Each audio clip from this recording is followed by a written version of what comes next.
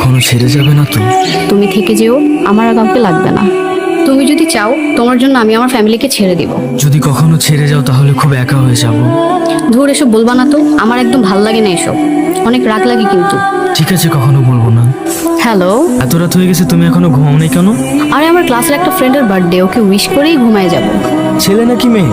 আরে আমার ক্লাসের একটা ছেলে ফ্রেন্ড, ওকে বার্থডে উইশ না করলে ও রাগ করবে। আমাদের রিলেশনের 4 বছর হয়ে গেছে, কখনো তো দেখলাম না আমার জন্য রাত 12টা পর্যন্ত গেছো।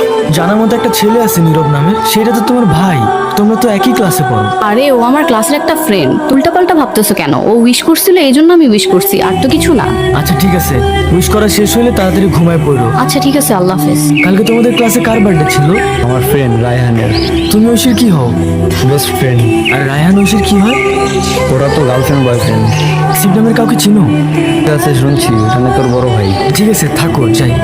আমি তোমাকে মন থেকে অনেক ভালোবাসি, কিন্তু কিন্তু তুমি এতটা নিচু হবে কখনো আশা করি নাই। কি কমতি ছিল আমার?